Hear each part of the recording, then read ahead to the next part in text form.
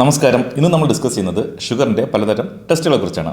നമ്മൾ ഷുഗറിൻ്റെ പലതരം ടെസ്റ്റുകളെ കുറിച്ച് കേട്ടിട്ടുണ്ടല്ലേ?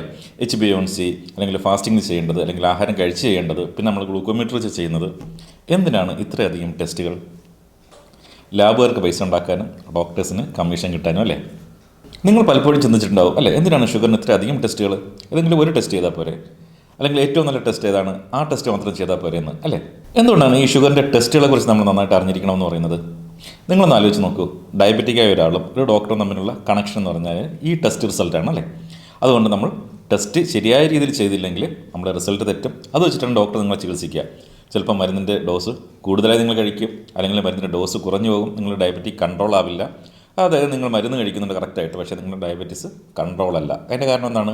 നിങ്ങൾക്ക് എങ്ങനെയാണ് ശരിയായി ടെസ്റ്റ് ചെയ്യേണ്ടത് എന്ന് അറിയാത്തതുകൊണ്ട്. എന്തുകൊണ്ടാണ് ഡയബറ്റീസിൻ്റെ ടെസ്റ്റുകൾക്ക് ഇത്രയധികം ഇമ്പോർട്ടൻസ് എന്ന് ചോദിച്ചു കഴിഞ്ഞാൽ, നമുക്കറിയാം വേൾഡ് ഡയബറ്റീസിൻ്റെ ക്യാപിറ്റലാണ് ഇന്ത്യ, അതിൻ്റെ ക്യാപിറ്റലാണ് കേരളം അല്ലേ? നമ്മളിന്ന് കണക്കുകൾ നോക്കിക്കഴിഞ്ഞാൽ ഒരു 40 മുതൽ 50 വയസ്സിന് ഇടയ്ക്കുള്ള ആൾക്കാരെ എടുത്തു കഴിഞ്ഞാൽ അവരിൽ 70% ആൾക്കാരും ഡയബറ്റിക് പൊട്ടൻഷ്യലുള്ള ആൾക്കാരാണ്. അതായത് പലരും ഡയബറ്റീസ് വന്നവരോ അല്ലെങ്കിൽ നാളെ ഡയബറ്റീസ് വരാൻ ചാൻസുള്ള ആൾക്കാരുമാണ്. അതാണ് നമ്മുടെ ഇപ്പോഴത്തെ ജീവിതശൈലി. ഇവിടുത്തെ നമ്മുടെ ഈ കാലഘട്ടത്തിൽ ലൈഫ് സ്റ്റാർട്ട് ചെയ്യുന്നത് തന്നെ 40 വയസ്സിലാണ് അല്ലേ? കാരണം ഇന്ന് മെഡിക്കൽ സയൻസ് ഒരുപാട് അഡ്വാൻസ്ഡായി. നേരത്തെ 35 അല്ലെങ്കിൽ 40 ഉണ്ടായിരുന്ന ആയുർദൈർഘ്യം ഇന്ന് 75 80 നിൽക്കുകയാണ്. അപ്പോൾ ഈ ഒരു പീരീഡ്, ഒരു 40 വയസ്സ് മുതൽ 80 വയസ്സ് വരെ നമ്മൾ നല്ല ഹെൽത്തി ആയിട്ട് ജീവിക്കണമെങ്കിൽ നമ്മൾ ഒരുപാട് കാര്യങ്ങൾ ശ്രദ്ധിക്കണം. അതിൽ ഏറ്റവും ഇമ്പോർട്ടൻ്റ് ആയ ഒന്നാണ് ഡയബറ്റീസ് അല്ലേ? കാരണം ഷുഗർ കൺട്രോൾഡ് അല്ല എങ്കിൽ കൊളസ്ട്രോൾ വരാം. കൊളസ്ട്രോളും ഷുഗറും കൂടെ ഉണ്ടെങ്കിൽ BP എപ്പോൾ വന്നു എന്ന് ചോദിച്ചാൽ മതി. ഇനി കൊളസ്ട്രോളും ഷുഗറും BP ഉണ്ടെങ്കിൽ നമുക്ക് പിന്നെ ഹോസ്പിറ്റലിൽ നിന്ന് ഇറങ്ങാൻ സമയം കിട്ടില്ല അല്ലേ? ഓരോരോ അസുഖങ്ങളായിട്ട് എൻ്റെ പുറകെ വരും. അതുകൊണ്ട് തന്നെ ഷുഗർ വരാതിരിക്കുക, അല്ലെങ്കിൽ ഈ ലൈഫ് സ്റ്റൈൽ ഡിസീസ് വരാതെ സൂക്ഷിക്കുക എന്നുള്ളത് നമുക്ക് വളരെ അത്യാവശ്യമാണ്. ഇനി ഷുഗറിനെ സംബന്ധിച്ച് ഷുഗർ വരാതെ നോക്കുകയാണ് ഏറ്റവും ഇമ്പോർട്ടൻറ്റ്. പിന്നെ ഷുഗറിൻ്റെ കാര്യത്തിൽ നമുക്കൊരു വാർണിംഗ് സൈൻ കിട്ടും. പ്രീ ഡയബറ്റീസ് എന്ന പേരിൽ അല്ലേ? നിൻ്റെ പോക്ക് ഷുഗറിലേക്കാണ് എന്നൊരു വാർണിംഗ് സൈൻ കിട്ടും. നമ്മൾ അവിടെ ആക്ട് ചെയ്ത് കഴിഞ്ഞാൽ നമുക്ക് ഇതിനെ റിവേഴ്സ് ചെയ്യിക്കാം. നമ്മൾ ഡയറ്റ് മോഡിഫിക്കേഷൻ വരുത്തുക, അല്ലെങ്കിൽ നമ്മൾ എക്സസൈസ് ചെയ്യുക, ഇങ്ങനെയൊക്കെ ചെയ്തിട്ട് നമുക്ക് അവിടെ റിവേഴ്സ് ചെയ്യാം. ഇനി അവിടെയും നമ്മൾ ശ്രദ്ധിച്ചില്ല, നമ്മൾ ഷുഗറിലെത്തി. അങ്ങനെയാണെങ്കിൽ ഷുഗർ നമ്മൾ കൺട്രോൾ ചെയ്ത് കൊണ്ടുപോകണം. കാരണം നമുക്കറിയാം ഷുഗർ എന്ന് പറഞ്ഞാൽ ഒരു സ്ലോ പോയിസണാണ്. ഇത് നമ്മൾ അഫക്റ്റ് ചെയ്യാത്ത ഓർഗൻസ് ഇല്ല അല്ലേ? നമ്മളെ ബ്രെയിൻ ആയാലും കണ്ണായാലും ഹാർട്ടായാലും കിഡ്നി ആയാലും എല്ലാം ഷുഗർ നശിപ്പിക്കും. ഈ ഷുഗർ കൺട്രോൾ ചെയ്യാൻ നമ്മൾ ടെസ്റ്റ് ചെയ്യണം. ടെസ്റ്റ് ശരിയായ രീതിയിൽ ചെയ്യണം. എങ്കിൽ മാത്രമേ നമുക്ക് കറക്റ്റായിട്ട് കൺട്രോൾ ചെയ്ത് ഷുഗർ മുന്നോട്ട് കൊണ്ടുപോകാൻ പറ്റുള്ളൂ.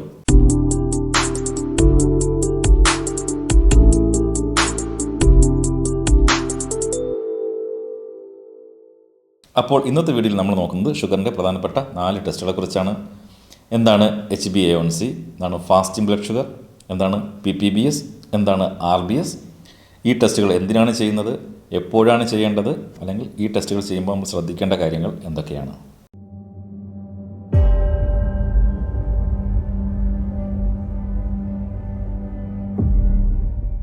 ഇനി എന്താണ് HbA1c?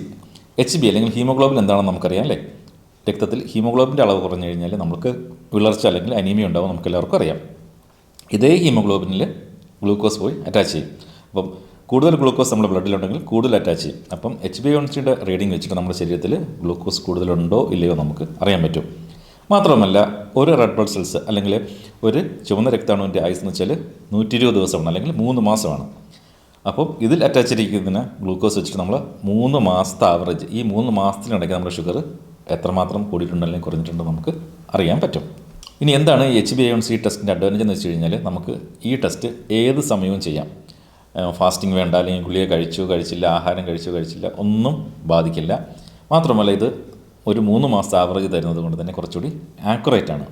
അപ്പോൾ നിങ്ങൾക്ക് ചോദ്യം ഉണ്ടാവും, എന്നാൽ പിന്നെ HbA1c മാത്രം ചെയ്താൽ പോരെ, വേറെ ടെസ്റ്റുകൾ ഫാസ്റ്റിങ്ങിൻ്റെയോ അല്ലെങ്കിൽ PPBSൻ്റെ ഒക്കെ ആവശ്യം എന്താണെന്ന് അല്ലേ?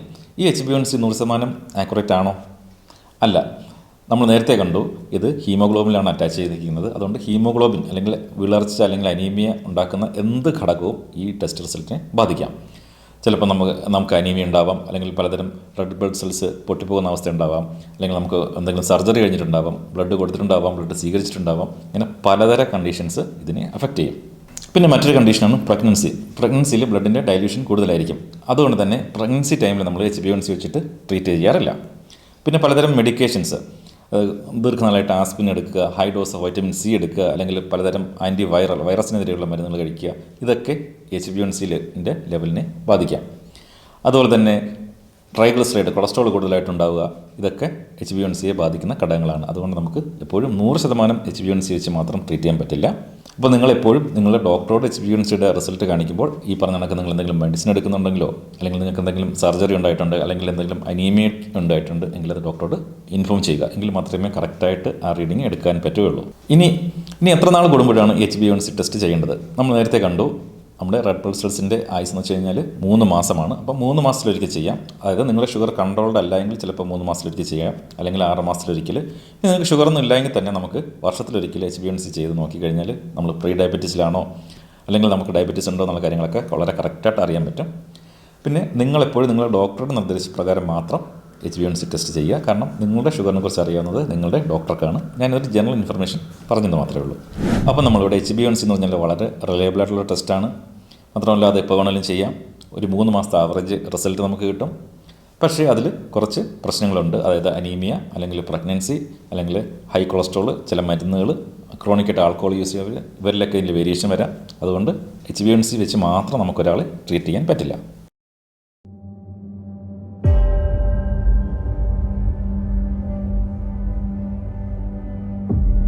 ഇനി നമുക്ക് ഫാസ്റ്റിംഗ് ബ്ലഡ് ഷുഗർ അല്ലെങ്കിൽ FBS എന്താ നോക്കാം അല്ലേ?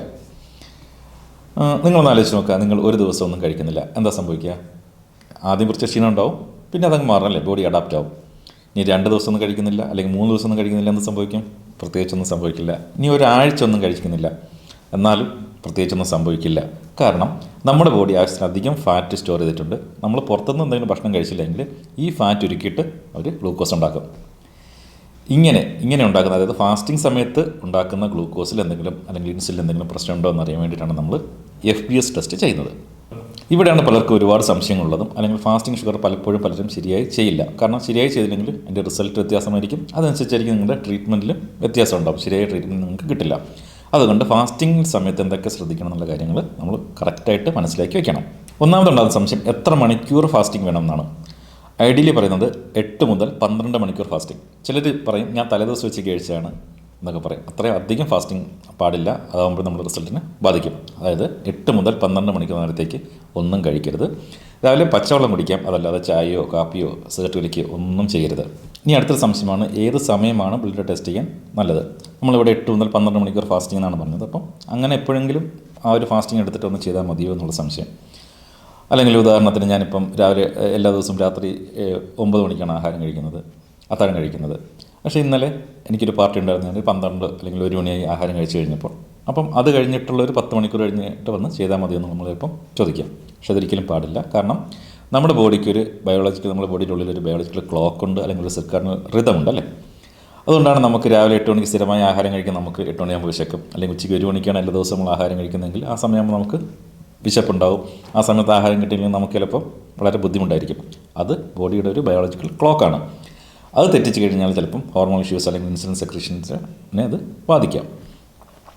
അതുകൊണ്ട് നിങ്ങൾ സ്ഥിരമായിട്ട് 9 മണിക്കാണ് ആഹാരം കഴിക്കുന്നതെങ്കിൽ അത് കഴിഞ്ഞിട്ടുള്ള 10 അല്ലെങ്കിൽ 12 മണിക്കൂർ കഴിഞ്ഞിട്ട് വന്ന് ചെയ്യുക. ഈ സമയം തെറ്റിച്ച് എന്തെങ്കിലും ആഹാരം കഴിച്ചിട്ട് അതിൻ്റെ പിറ്റേ ദിവസം പോയി ഫാസ്റ്റിംഗ് ബ്ലഡ് ഷുഗർ ചെയ്യാതിരിക്കുന്നതാണ് വളരെ നല്ലത്.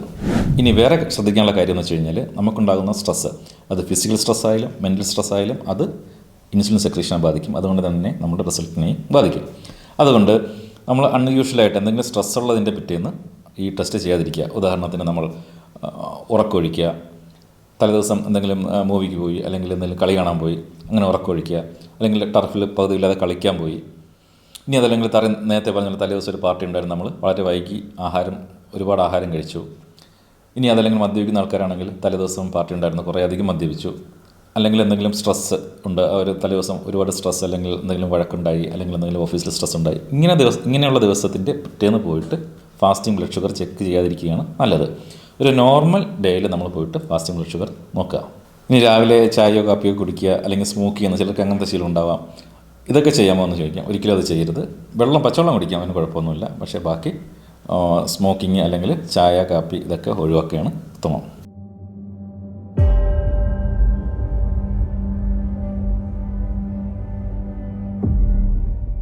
ഇനി എന്താണ് നമുക്ക് PPBS നോക്കാം. നമുക്കറിയാം നമ്മൾ എന്തെങ്കിലും ആഹാരം കഴിച്ച് കഴിഞ്ഞാൽ അതിനൊരു റെസ്പോൺസായിട്ട് നമ്മൾ ഇൻസുലിൻ സെക്രീറ്റ് ചെയ്യും അല്ലേ. പലതരം ആഹാരത്തിനനുസരിച്ച് പലതരത്തിലായിരിക്കും ഇൻസുലിൻ സെക്രീറ്റ് ചെയ്യുന്നത്. അപ്പം ഈ ആഹാരത്തിനനുസരിച്ചുള്ള ഇൻസുലിൻ സെക്രീഷനിൽ എന്തെങ്കിലും പ്രശ്നമുണ്ടോ എന്ന് നോക്കാൻ വേണ്ടിയിട്ടാണ് നമ്മൾ PPBS ടെസ്റ്റ് ചെയ്യുന്നത്. അപ്പോൾ ഫാസ്റ്റിംഗ് ബ്ലഡ് ഷുഗർ ചെയ്യുന്നത് നമ്മൾ ഫാസ്റ്റിങ്ങിൽ ഇരിക്കുമ്പോൾ നമ്മുടെ ബോഡിയിലുള്ളിൽ ഉൽപ്പാദിപ്പിക്കുന്ന ഇൻസുലിൻ അത് ശരിയായിട്ട് ഉണ്ടോ എന്ന് നോക്കാൻ വേണ്ടിയിട്ടാണ്. PPBS എന്ന് പറഞ്ഞാൽ നമ്മൾ ആഹാരം കഴിച്ച ശേഷം അതിൻ്റെ റെസ്പോൺസായിട്ട് ഉണ്ടാകുന്ന ഇൻസുലിൻ സെക്രീഷൻ എന്തെങ്കിലും പ്രശ്നമുണ്ടോ എന്ന് നോക്കാൻ വേണ്ടിയിട്ടാണ് ഈ PPBS ചെയ്യുന്നത്. അപ്പം PPBSൽ എന്തൊക്കെയാണ് ശ്രദ്ധിക്കേണ്ടത്? ഒന്ന്, നമ്മൾ ആഹാരം കഴിച്ച് 2 മണിക്കൂർ കഴിഞ്ഞിട്ടാണ് PPBSൽ നമ്മൾ ബ്ലഡ് എടുക്കേണ്ടത്. ഇവിടെ പലപ്പോഴും പലർക്കും പലതരം കൺഫ്യൂഷൻ ഉണ്ടാകുന്നതായിട്ട് ഞാൻ സാധാരണ കണ്ടിട്ടുണ്ട്. ഒന്ന്, ചിലർ എന്താ വിചാരിക്കുക 2 മണിക്കൂർ എന്നുള്ളത് എല്ലാവരുടെയും മനസ്സിലുണ്ടാവും. ചിലർ ഫാസ്റ്റിങ്ങിൽ നമ്മൾ ബ്ലഡ് എടുത്ത ശേഷം 2 മണിക്കൂർ കഴിഞ്ഞ് വരും. അതോട് നിങ്ങൾ എപ്പോഴും ആഹാരം കഴിച്ചെന്ന് ചോദിച്ചു കഴിഞ്ഞാൽ ചിലപ്പോൾ 1 മണിക്കൂർ തന്നെ കഴിച്ചെന്നായിരിക്കും ചിലപ്പോൾ പറയുക. അങ്ങനെയല്ല, FBSൽ നമ്മൾ ബ്ലഡ് എടുത്തു, അതവിടെ കഴിഞ്ഞു. ഇനി PPBSൽ നമ്മൾ ആഹാരം കഴിച്ചിട്ട് നമ്മൾ ആഹാരം കഴിക്കുന്ന ആദ്യത്തെ ഉരുള വായിൽ വെച്ചിട്ട് അപ്പോൾ സമയം നോക്കുക. അത് കഴിഞ്ഞ് 2 മണിക്കൂർ കഴിയുമ്പോൾ നമ്മൾ ബ്ലഡ് എടുത്തിരിക്കണം. ചിലർ 1.5 മണിക്കൂറിൻ്റെ കണക്ക് പറയും. എന്താണ് ഈ 1.5 മണിക്കൂറിൻ്റെ കണക്ക്? നമ്മൾ ആഹാരം ലാസ്റ്റ് കഴിച്ച് കഴിഞ്ഞിട്ട് 1.5 മണിക്കൂറെന്ന് ചിലപ്പോൾ പറയും. പക്ഷേ നമ്മളങ്ങനെ കൺഫ്യൂഷൻ ആവേണ്ട. നല്ലത് നമ്മൾ ആഹാരം കഴിക്കുന്ന സമയത്ത് നമ്മൾ ആഹാരം കഴിച്ച് തുടങ്ങിയ മുതൽ 2 മണിക്കൂറിനുള്ളിൽ 2 മണിക്കൂറാകുമ്പോൾ ബ്ലഡ് എടുക്കുക. ഇനി ചിലരുടെ സംശയം, ഗുളിക കഴിക്കണം. ചിലർ ഗുളിക കഴിക്കാതെ വരും. രാവിലെ കഴിക്കേണ്ട ഷുഗറിൻ്റെ ഗുളിക കഴിക്കാതെ വരും. അങ്ങനെ ചെയ്യരുത്. നിങ്ങൾ കറക്റ്റായിട്ട് ഗുളിക കഴിക്കുന്ന ഗുളിക അതുപോലെ കഴിക്കുക, ആഹാരം കഴിക്കുക, എന്നിട്ട് 2 മണിക്കൂർ കഴിഞ്ഞിട്ട് ആഹാരം കഴിച്ച് തുടങ്ങി മുതൽ 2 മണിക്കൂർ കഴിഞ്ഞിട്ട് ബ്ലഡ് കൊടുക്കുക. ഇനി FBSും PPBSും എത്ര നാൾ കൂടുമ്പോഴാണ് ചെയ്യേണ്ടത്? അതിന് കറക്റ്റായിട്ടൊരു ആൻസർ ഇല്ല. മിനിമം ഒരു 3 മാസത്തിലൊരിക്കലെങ്കിലും ചെയ്യുക. പിന്നെ അതിപ്പോഴും നിങ്ങളെ ഡോക്ടറായിരിക്കും ഡിസൈഡ് ചെയ്തിരിക്കും ചെയ്യുന്നത്. കാരണം നിങ്ങൾ ഷുഗർ കൺട്രോൾഡ് ആണോ, അല്ലെങ്കിൽ പുതിയ എന്തെങ്കിലും മെഡിസിൻസ് ഇൻട്രൊഡ്യൂസ് ചെയ്തോ, ഇങ്ങനെ അല്ലെങ്കിൽ പുതിയ എന്തെങ്കിലും മെഡിസിൻ ഇനി ചേഞ്ച് ചെയ്യാനുണ്ടോ, ഇങ്ങനെ പല കാര്യങ്ങൾ മനസ്സിൽ വെച്ചിട്ടായിരിക്കും നിങ്ങൾ ഡോക്ടർ നിങ്ങളോട് ഈ FBSും PPBSും ചെക്ക് ചെയ്യാൻ പറയുന്നത്. അതുകൊണ്ട് അത് എത്ര നാൾ കൂടുമ്പോൾ എന്നുള്ള ഒരു ചോദ്യം ഇൻഡിവിജ്വലി ഡിഫറൻ്റ് ആയിരിക്കും.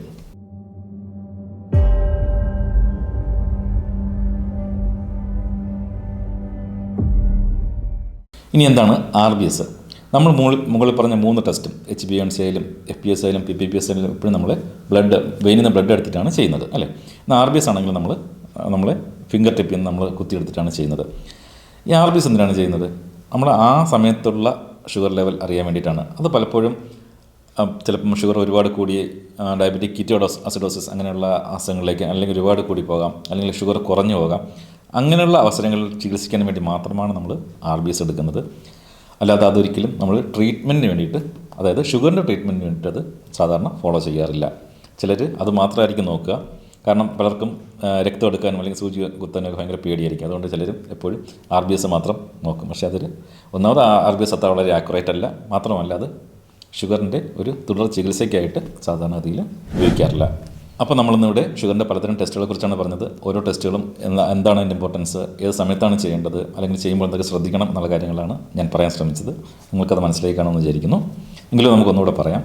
FBS എന്ന് പറയുമ്പോഴത്തേക്ക് നമ്മൾ ഫാസ്റ്റിങ്ങിൽ ഇരിക്കുമ്പോൾ നമ്മൾ ആഹാരം കഴിക്കാതിരിക്കുമ്പോൾ നമ്മൾ ഇൻസുലിൻ സെക്രീഷൻ ശരിയാണെന്ന് നോക്കാൻ വേണ്ടിയിട്ടാണ് ഉപയോഗിക്കുന്നത്. അത് ചെയ്യുമ്പോൾ എന്തൊക്കെ ശ്രദ്ധിക്കണം എന്നുള്ള കാര്യം നമ്മൾ വിശദമായി പറഞ്ഞു. PPBS എന്ന് പറയുമ്പോൾ ആഹാരത്തിൻ്റെ റെസ്പോൺസായിട്ട് ഇൻസുലിൻ സെക്രീറ്റ് ചെയ്യുമ്പോൾ അതിലെന്തെങ്കിലും പ്രശ്നമുണ്ടെന്നുള്ള കാര്യം നോക്കാൻ വേണ്ടിയിട്ടാണ് എടുക്കുന്നത്. RBS എന്ന് വെച്ച് കഴിഞ്ഞാൽ നമ്മൾ ഷുഗറിന് ട്രീറ്റ്മെൻറ്റായിട്ട് ഉപയോഗിക്കാറില്ല. ഷുഗർ കൂടിപ്പോവുകയോ കുറഞ്ഞു പോവുകയോ ചെയ്ത് കഴിഞ്ഞാൽ അപ്പം അക്യൂട്ടായിട്ട് മാനേജ് ചെയ്യാൻ വേണ്ടിയിട്ടാണ് നമ്മൾ RBS നോക്കുന്നത്.